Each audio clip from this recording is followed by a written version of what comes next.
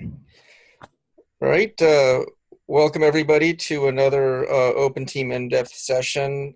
Today we're really lucky to have folks from the GEMS project with the University of Minnesota, both Phil Party and Kevin Silverstein, and I'll let them introduce the exciting platform. I had the pleasure of being down at Tri-Societies with Kevin last week at the Ag Data Ownership and Value Creation meeting, and was really impressed, and I'm really excited that we're able to dive a little deeper here. And in sort of conversations before this presentation, there's a lot of content, and since we'll keep it more high level here, and we'll perhaps plan a follow-up, more in-depth sort of technical meeting at a later date. So, and with that, I will hand it over. And I guess one thing is, if you're not speaking, if you could mute and use chat, and then we'll go into questions along the way. But just unmute yourself and raise your hand. We'll move along. Thanks so much, Norm. I'm going to start sharing the screen on Phil. I guess start introducing himself, and we'll get going. Sure. So I'm pleased to be here. I'm Phil Party. I'm Director of Global Research Strategy at the College of Food, Ag and Natural Resource Sciences at CFANS, and I'm Director of the GEMS Agroinformatics Center, which is a joint venture between the Food and Ag College and the Minnesota Supercomputing Institute. And I'm Kevin Silverstein, and I'm also at the University of Minnesota at the Minnesota Supercomputing Institute. I am scientific lead, and I'm also operations manager for GEMS. So just to give you a bit of background, we started thinking about where the university was going to go in the area of big data and agriculture about 4.5 years ago. We did quite a bit of due diligence to look at what other folks were doing, and came across a few realities that we thought need to be confronted to make progress in this area. There was lots of focus on people thinking about applying analytics to big data and ag, but there seemed to be a few steps between what was possible and what was aspirational. And one of the key areas that we identified up front was this issue here of lots of siloed data, not only in our own institution, across different research units, different departments, different colleges, but also lots of data locked up within sort of domain disciplines that sort of got in the way of thinking about data interoperability and data analytics.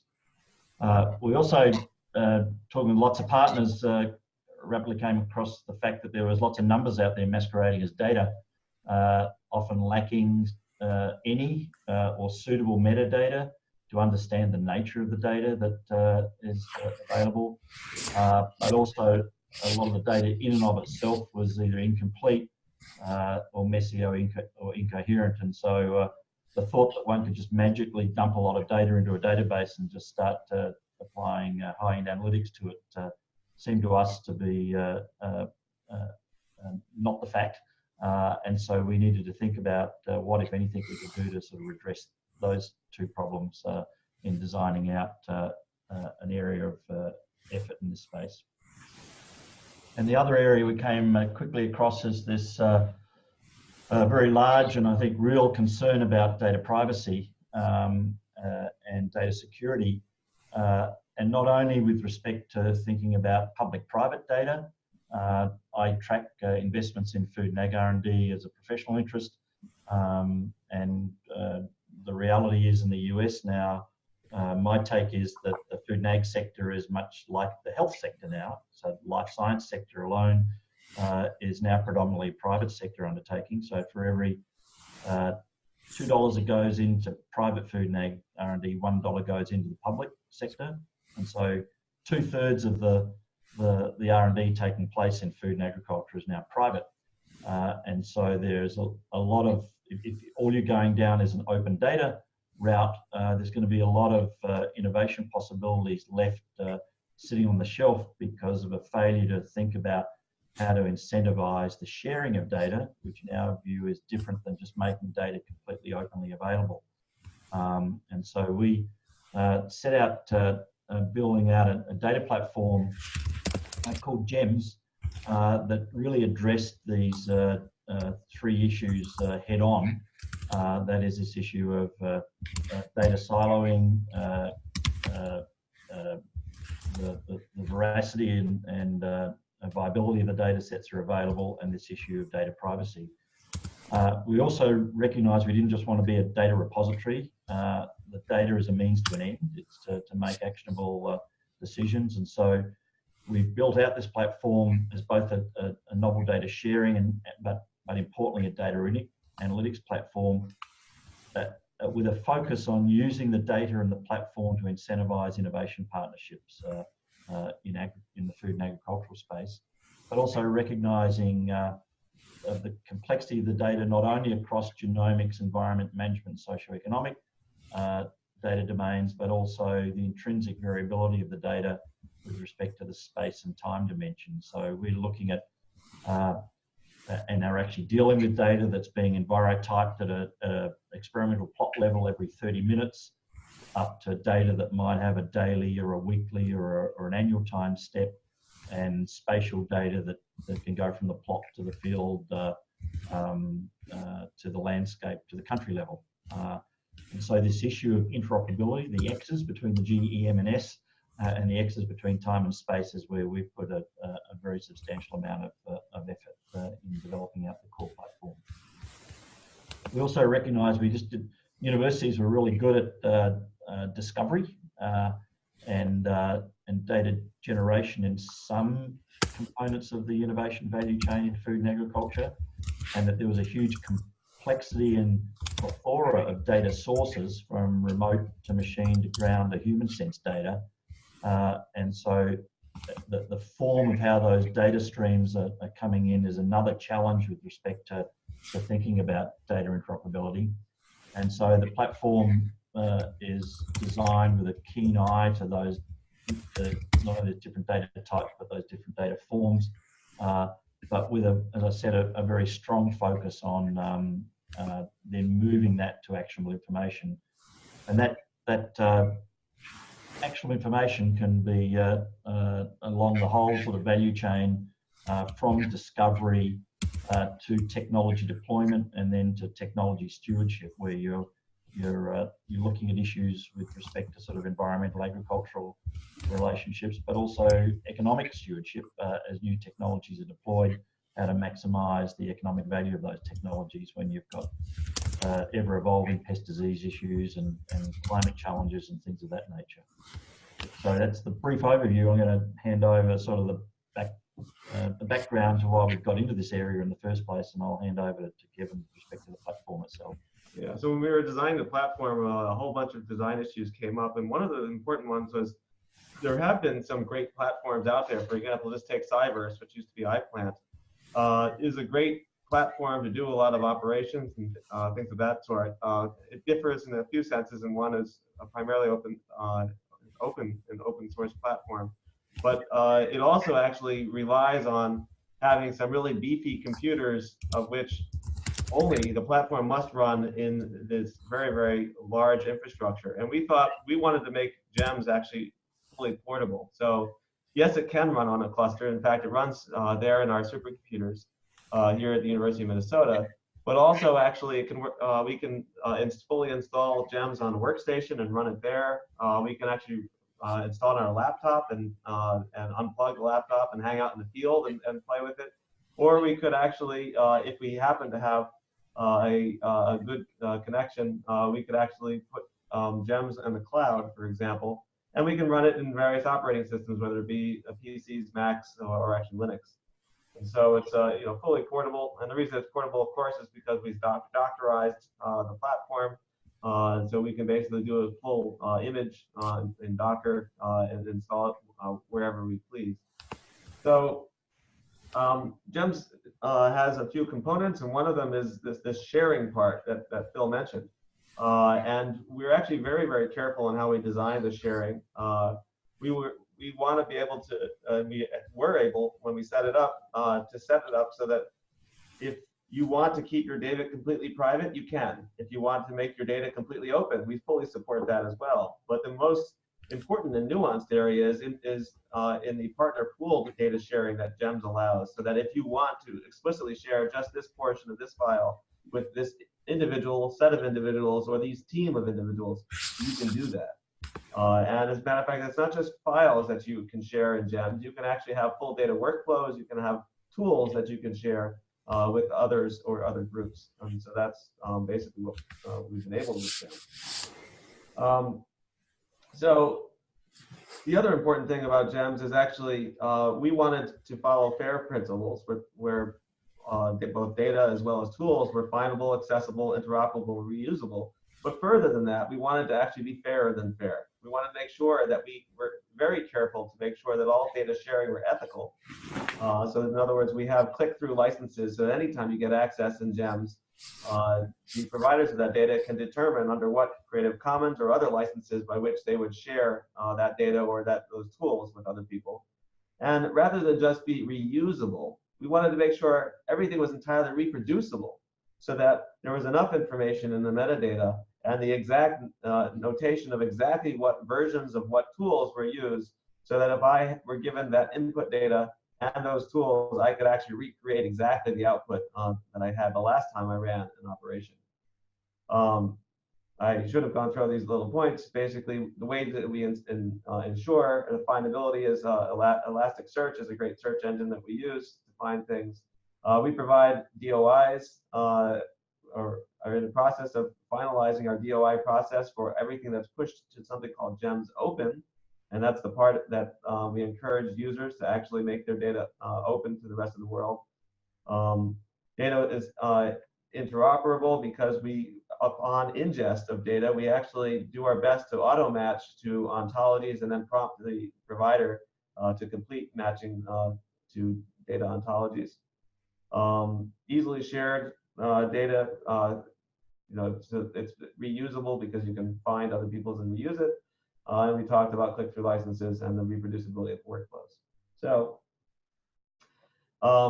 technical security, when we talk about security of data, and we've mentioned this now multiple times, but we actually want to think both about the technical and legal security of your data. So technically, the people that handle, or I should say the people that run GEMS, that maintain it and created it, are all actually fully trained with HIPAA standards. We actually, at the Supercomputing Institute, the folks actually handle health data, and they handle basically personal data. And so we actually house it in the same facility with the same staff that are fully trained in that. And of course, with HIPAA standards, you have all sorts of things about keeping things protected, that the servers have very high security to get in there. The data is encrypted at rest and at flight, and people are fully aware of all the protocols involved in that.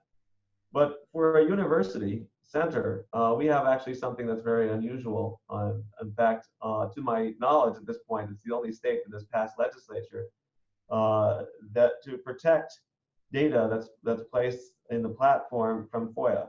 So the Freedom of Information Act, ordinarily, there would be an issue where at a public institution like this, that if someone subpoenaed, the court subpoenaed us to actually make information available, we would have to, or I should say, to protect that data, you would need lawyers or other things of that sort. We have that protection that Phil and our dean of our ag school actually lobbied pretty hard with the Minnesota legislature to put in a provision back in that passed last August of 2018. Basically says that all data that's placed into this platform, as you see the underlined information at the bottom of this area, is considered private, non-public, period. So we don't have that issue, and we're protected from having to make any of this data available, except of course if something illegal has been done. So the privacy, the proper privacy is maintained within this platform. Another issue I had basically briefly mentioned was the fact of the interoperability data. How do we ensure that? Well, it turns out upon ingest, users get a screen that actually scans their data files and actually categorizes the columns to what data types they are, finds the min and max values of those data types, allows you to add notes. But additionally, there are various cleaning routines that are also made available. For example, you can check for misspellings or different capitalizations of terms within your file, so that it cleans up a lot of those categorical terms so that they're actually unique and not have 5 different versions, or in this case, 4 different versions of Simit-Kenya with different capitalization, spelling, etc. Additionally, as I said, we link to currently 8 ontologies and 2 additional vocabularies that are related to different, both agronomy practices as well as genetic-related ontologies and things of that sort, so that the user can then standardize their vocabulary, or at least match terms that are like each other in different files. And of course, there's the issue of this is an actual spreadsheet from the early days, Genomes of Fields in 2014, where they had listed in an Excel spreadsheet total phosphorus in numerous different ways of how many ways can you express pounds per acre, I'm not sure, including, of course, with their Canadian counterparts of kilograms per hectare, all in the same field. Well, cleaning up those becomes much easier when you have conversions within the platform.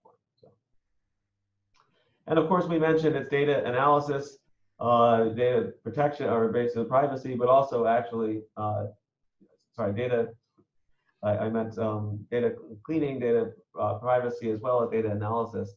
And within here, if you program in R or in Python, you can actually use our Jupyter interface to actually do a lot of your calculations actually within the programming of choice and make graphs and things of your data, etc. I do want to make a few comments about from both a farmer's perspective as well as from actually anyone who's doing survey data that might implicate someone's private information. We finally just finishing a round of hires, and we actually have really talented programmers in-house that are finally going to carry out some procedures we've outlined, by which we're going to make part of the platform various data fuzzing routines. So one way, of course, is to allow people the choice of de-identifying data and assigning it a unique integer to replace maybe names of varieties, names of individuals, or etc. And that's a straightforward type operation to assign a unique key that only that person who created the key has access to. Another thing is, of course, aggregating up the data.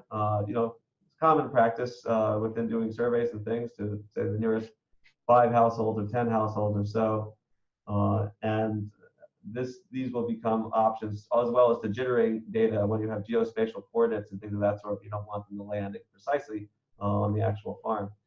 But there's another thing that a request, and I mentioned this at the meeting that Doran was at. I just want to reemphasize, because it's an important concept that a lot of people don't think about right up front. As a lot of times you're going to have, there's no question when you have a data that's been say aggregated, fuzzed at some level, that it's lost value, and it's really hard then, for example, especially if you geospatially change the coordinates, or you geospatially change them a little bit, to actually really link up to the proper ground soil data or the weather data at that precise location, or things of that sort.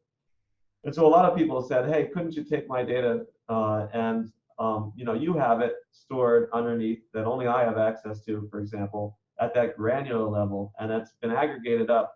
And I want you to join this data set to that data, even though I can't see it anywhere except the aggregated level. I can't see it at that granular level. Join it at the granular level, and then return the result back to me at the aggregated level. Well, the problem with that is you can show, and we could get into a discussion about this, but you could show that if you give enough perturbations to that data, say input 1, input 2, input 3, and look at the observation of the output, even though it's been de-identified effectively, that if you have enough of those perturbations, you can start doing some very interesting averaging and other operations on those outputs, knowing what inputs you gave it, and then actually reconstruct the final image, the final results in the end, based on that information about the perturbation. So it's actually a pretty, you have to be very, very careful. And in thinking about this in many different ways, I don't think actually it can be done safely, except perhaps to limit the number of the times you can perturb the data set. But anyway, just want to put that as a cautionary warning, because that certainly is something that pretty much everybody would like to do, but still carries inherent risk. We're going to move from here. I think Phil is going to go discuss some very interesting use cases where we've used GEMS, organizations we've been working with, just a very, very small subset of those. We'd be happy to do some additional ones, but you know, we can open that up to questions after this discussion. So as we sort of mentioned at the outset, all of the data cleaning and the data interoperability tools and the data sharing tools are a means to an end, that is to get to actionable information. And as Kevin mentioned, the way we've designed the platform, you can bring in your own Python or R or Scala code within the platform and run your own analytics, and you can save those tools and keep them to yourself, share them openly, or pass them out and share them to particular partners that you deem appropriate. And there is a user interface that the subscribers and partners on the platform get to decide who they share those tools with or that data with. We have nothing to do with that. So as Kevin mentioned, all of the data in the platform is encrypted at rest, it's encrypted in flight. And so we're facilitating an exchange of data and a use of that data. We are not in the middle of that exchange process. So if we're not even given access rights to that data, even though it's sitting in this platform, it's not accessible to us. We should mention too, we are in the process. I just got back on the weekend from a couple of weeks in Southern Africa. And we are setting up that the platform can be federated. So we're actually setting up a federated hub of this platform at the University of Stellenbosch, who have been a founding member of GEMS. They're the top-ranked agri-science faculty in sub-Saharan Africa, and they have been doubling down on their data sciences in that faculty and the university generally. And so this is an image of Jim Wilgenbush, who's the Director of Research Computing at the University of Minnesota, and he and I are the co-directors, as I said, of this joint venture between the Ag College and the Supercomputing Institute. And the guy standing next to him there on the right is the head of agri-informatics at Stellenbosch University. So I just thought just to step you through, and this is the tip of a large iceberg. We're actually have been signing on quite a few partners over the last year or so, and we've been engaging with lots of partners as we've been developing the platform, because we definitely did not want to be building out a white elephant. We're very demand driven in everything we do. There's an infinite amount of options to build out in a platform like this, and so we're being driven by our partners in terms of how we prioritize the work that we do. But just to give you a flavor of some of the work that's ongoing in the platform, we'll just step you through quickly a couple of these. So we do all of the data cleaning, sharing, and harmonizing support for the Genomes to Field initiative. This is an effort amongst all of the corn breeding programs across most of the states and the university that support corn breeding or corn analytics around genetics, but also involves some partners up in Canada, and recently have brought on a state in Germany. And essentially, the idea is that those, it's now 21 states and provinces, pool their data, and they get the members of this consortium, the Genomes to Field group, get exclusive rights to that data for 2 years, and then the data is posted in GEMS Open and other open repositories for open access. They were spending more than half a year cleaning up the data from each of these collaborators before they actually got to use it. And we've developed a lot of tools generically in the platform and some specifically for genomes to field that have got that down to roughly a day or less than a day. And we're fairly hopeful by the end of the year, early next year, it's effectively real time, so that as their data is being brought into this platform, it does lots of automated checks. By design, we're not looking to take a human brain out of that process to make a final decision. We prompt for on the basis of anomaly detection and things of that nature, for outliers and for potential imputed alternatives to those outliers. But the data depositor is engaged in that process so that they get the final say as to what data gets registered in the platform. And we should mention when data goes through these data cleaning and pipelines in the platform and is registered as a clean data set, we do not overwrite the primary raw data.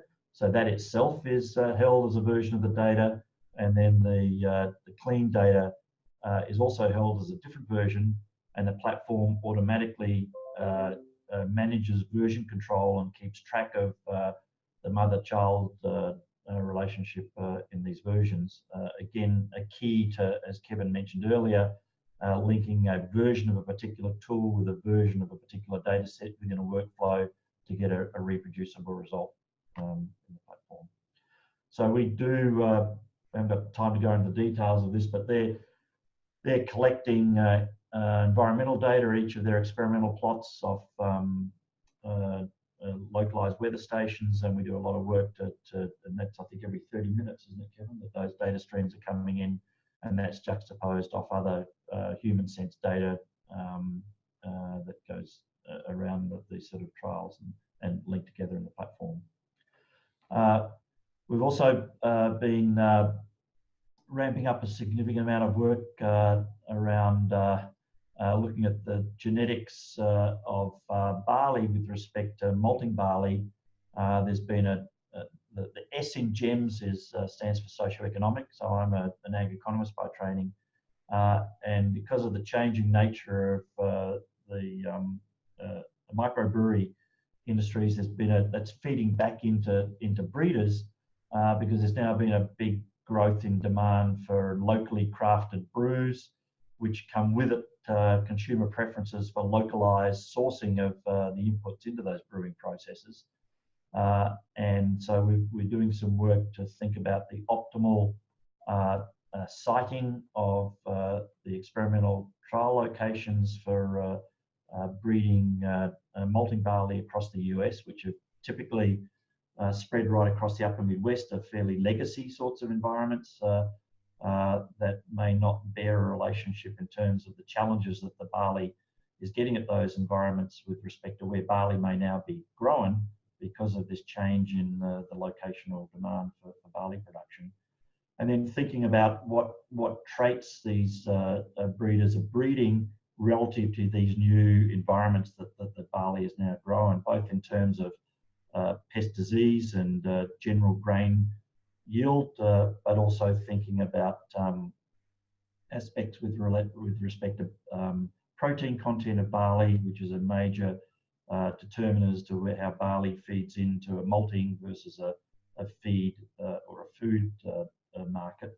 And so thinking about grain quality as well as grain quantity in relationship to these new environments is a bunch of work that we're enabling within the platform here.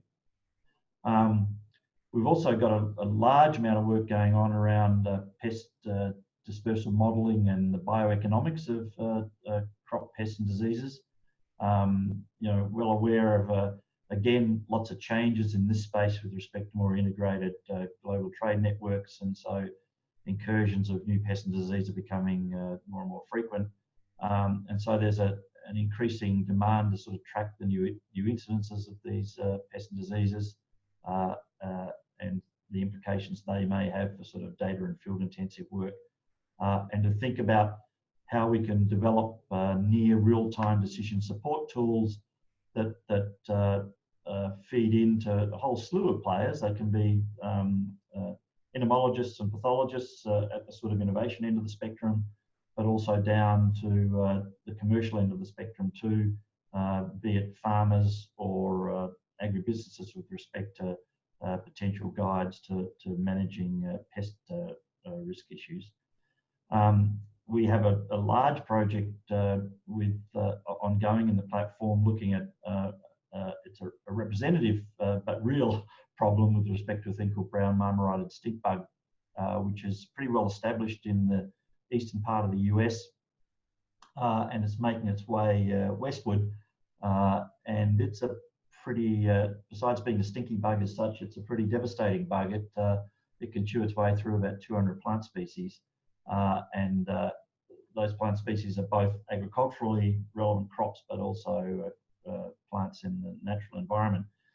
And the tricky aspect of this pest is that it's subject to both self-mediated but also human-mediated dispersal processes, and it has a very complex sort of biology. So it's a very challenging bug to model out, but we have a nearly $700,000 project that we got funded by the state government to build a platform that can address this complexity in terms of the dispersal mechanism and the biology of the pest and disease. And so one aspect that the platform's supporting is bringing in climate data with an understanding of the physiology of this pest and developing a set of spatially relevant pest risk analytic data products, but also then looking at very high resolution data both within urban environments and rural environments to look at the specific agroecologies that support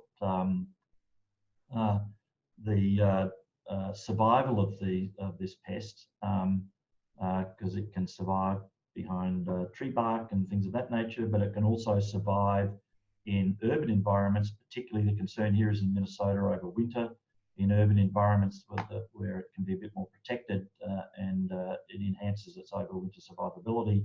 And we have a sense of the nature of both the urban and the rural landscapes that give rise to higher survivability that can then be layered on top of the climate-driven risk maps, and then coupled with dispersal modeling tools that take account of the flight behavior of the stink bug, but also the hitching a ride behavior of the human-mediated means of dispersal to think about dispersal risk over the landscape. And this actually requires supercomputing capability because we're crunching through a huge amount of climatological data, and to do that in real time requires parallelizing the computational platform behind this dispersal modeling.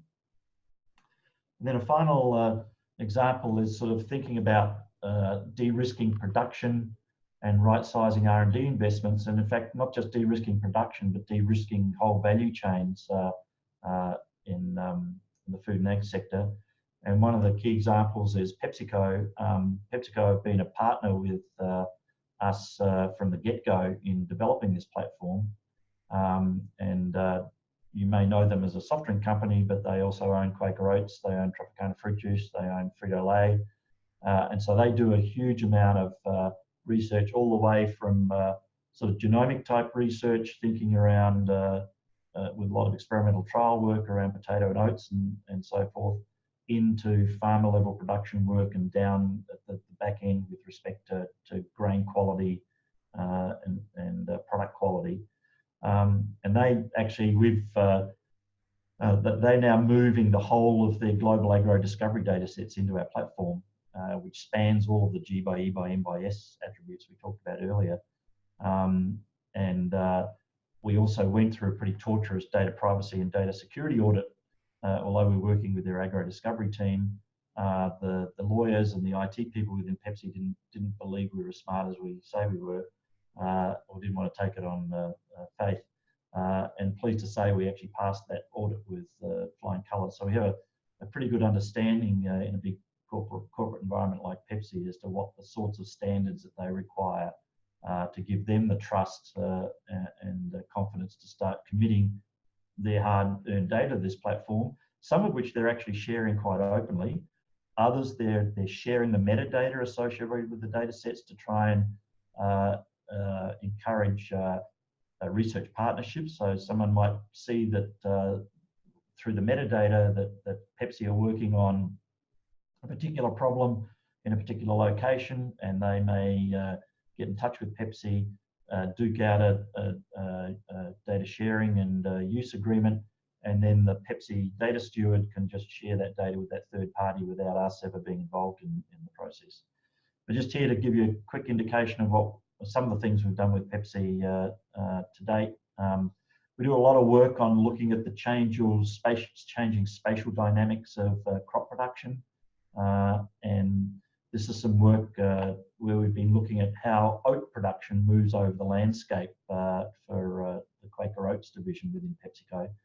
And you can see a then and a now sort of snapshot of where oats used to be grown in the US and Canada back in the earlier part of the last century, and an indication of where it's growing now.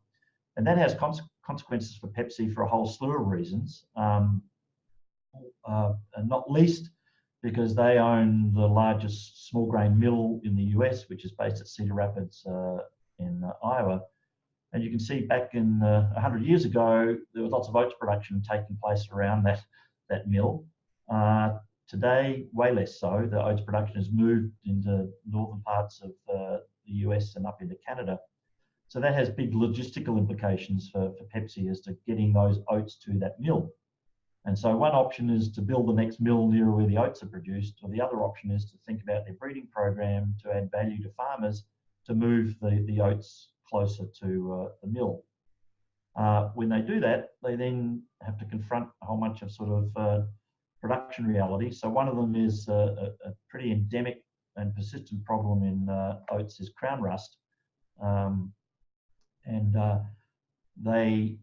As you move the oats around the landscape, you're going to change the exposure of those oats to higher or lower levels of risk with respect to this pest or disease. So this is a problem clearly that's a challenge for not just in the US, but in Australia and in the UK, which are big, and Europe, which are big source points for PepsiCo with respect to oat production. And so how can they think about repositioning their production to be cognizant of crown rust? But they not only have this problem, so do their arch rivals General Mills, who are based here in Minnesota, and lots of millers in the US and Canada and elsewhere. So they came to us with a challenge to see whether we could, and this is modelling work that we did with respect to crown rust in using the GEMS platform in conjunction with some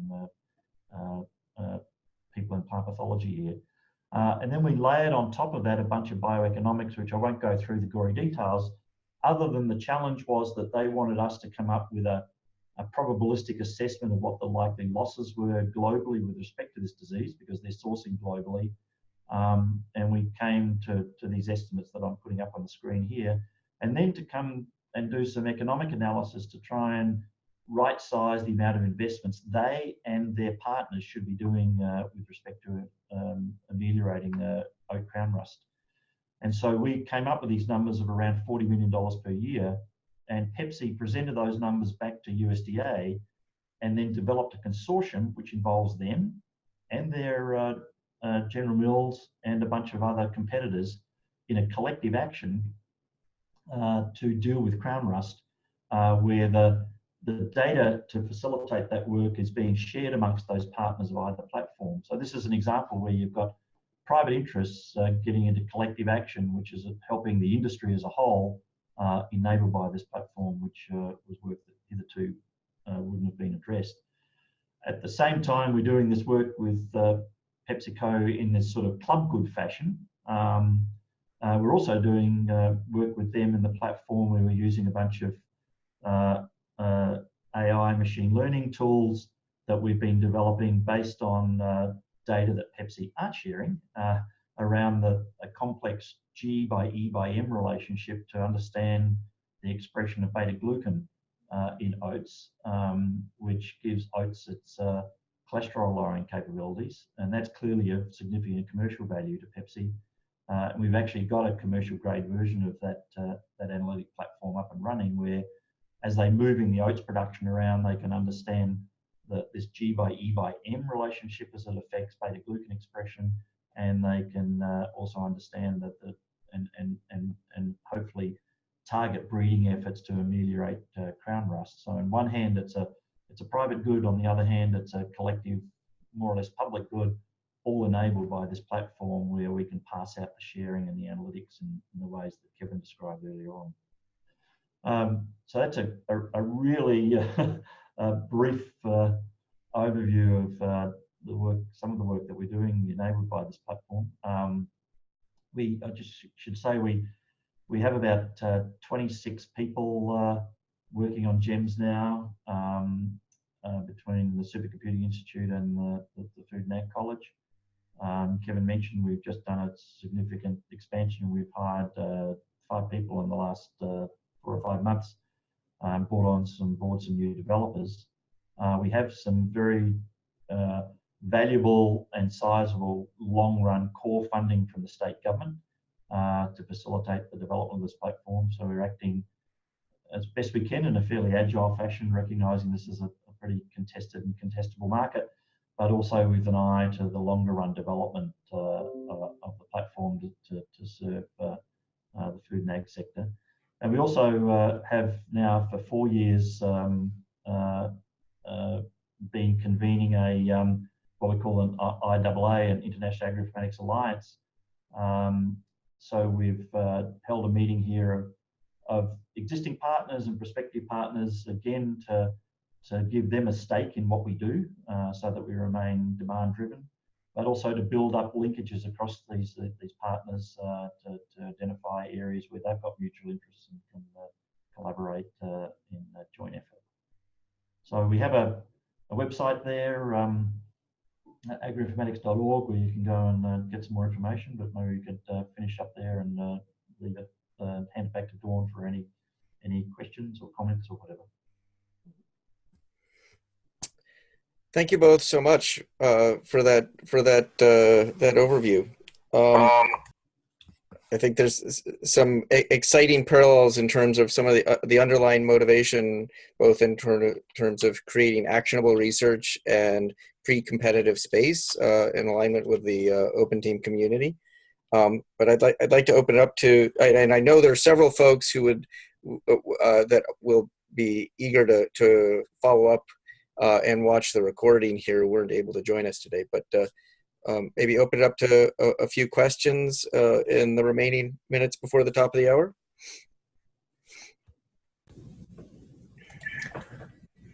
Sure. Hi, this is Patrick Lawrence here from the Cool Farm Alliance, and thanks for the presentation. It seems like you're kind of covering a lot of different bases with GEMS, and I'm impressed by that. It seems like a large majority of your applications thus far have been sort of project driven and then research driven. Do you have any instances, and are you aiming at all to like have a farmer driven component, or is it really driven by those other users that are intending to collect data from farm context, whether it's like research or on-farm experimentation? Yeah, we certainly don't see ourselves as delivering, as retailing to the farmer level, Patrick, but certainly sort of supporting that work as actively as we can at the sort of, I'd say, the wholesale level, in terms of the sort of data analytics, and we've been speculating ourselves about how to improve the interface between not just people working and developing farmer-facing applications, but also applications in other areas, and have got some ideas, but certainly open to conversations and about how we could best fit into that ecosystem. So we think there's lots and lots of players out there doing that. Work, we don't necessarily think we've got a comparative advantage in delivering at that level.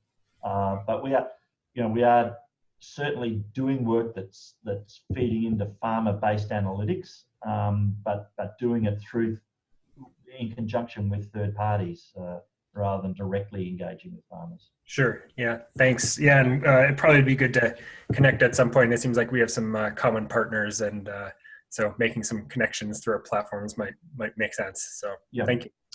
Agreed. Yeah, there's more than enough for everyone to do in this space. So where we can fit into the ecosystem, where we've got the comparative advantages that we think we can build, and as I say, we're still relatively early going, although we feel we're just starting to get to the point where we're now scaling fairly substantially. We have been pretty quiet for a few years because we set out with some pretty tall design specs.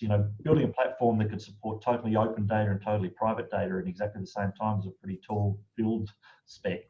And we had to do a lot of design work to make that happen, and particularly the partner pool data. So we only launched a website last year, and when we started to hit those development targets and stand the platform up, and I'd say we've got an advanced beta version of the platform up that is actively being used, but pretty early in the new year, I'd say we'll have our first formal version of this platform up and running. But we have a punch list that's a mile long. We've now hired a bunch of people on here, and engaging with folks like yourself and others will help direct how we prioritise that punch list.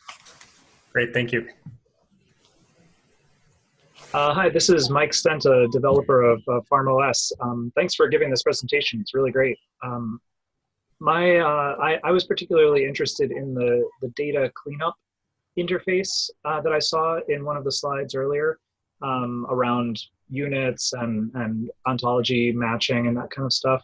I feel like that is something that would be very useful generally between a lot of the groups in this in the Open Team initiative as we start to work on sharing data between one another, not just between us and the GEMS platform perhaps, but between outside of that too. Is any of that work? Do you think any of that is generalizable, or could it be made available as another library? I'm just curious. I know that's kind of hard because oftentimes those things are built pretty custom into the structure, but what are your thoughts on that? Mike, on the technical end, it's very generalizable, and you've pinpointed exactly what pretty much everybody we've spoken to is their primary interest, it seems. I mean, a lot of people are really, really excited by that because for whatever reasons, there are some efforts out there to do some generic data cleaning, and somehow they didn't get maintained. There were a couple of things by other groups that we didn't want to reinvent stuff. And yet, when we went to Google had a platform and a bunch of other groups, and those seem to be not really continuing. In terms of, I don't think at this stage we're making it openly available. I mean, those who have a subscription are, using those tools and things of that sort. I mean, with partners, we certainly can make arrangements and things of that sort. It's definitely, it's definitely negotiable and things we can certainly discuss without question.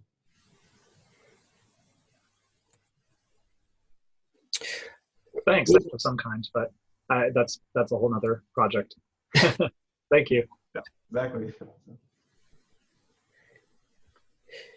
And Mike, those tools continue to evolve. Kevin just gave you a glimpse of some of the tools we've stood up, and there are others that we already have developed in our back end that aren't wrapped on the sort of commercial facing side. So we have a lot of geospatial rectification tools and stuff like that. That parts of that are stood up, and other parts are accessed through Jupyter notebooks and so forth. And some of these have taken very sizable investments to get to the point they're at now, but no illusion that there's still lots of continuing development in this space that's needed. So. Yeah, if I didn't make it clear too, that a lot of the data cleaning and as far as data outlier detection, those are actually just Python libraries that actually exist that are being called by these user interfaces that were developed later. In fact, a lot of our things started as these Python libraries that people could use in Jupyter, but people said, hey, I want a friendly interface to it, and that was usually a secondary thing. Well, I want to really thank you because I think that tees up the next conversation. We can dive into some of those libraries. A large part of the Open Team project is to develop software microservices and shared libraries and ontologies, and so we'd really love to sort of start to have some of those conversations as we're mapping that out, both in terms of the process as well as the hosting. So I'm looking forward to that conversation coming up. we're at the top. So if we could all, thank you very much, and we'll talk to you again all really soon. Great. Thanks very much, Dawn. Thanks, everyone. Thank you all, and hopefully we'll see some of you on the denitrification decarbonization model presentation coming up immediately following this. So talk to you all. Thank you. Sure. Thanks so much. Bye.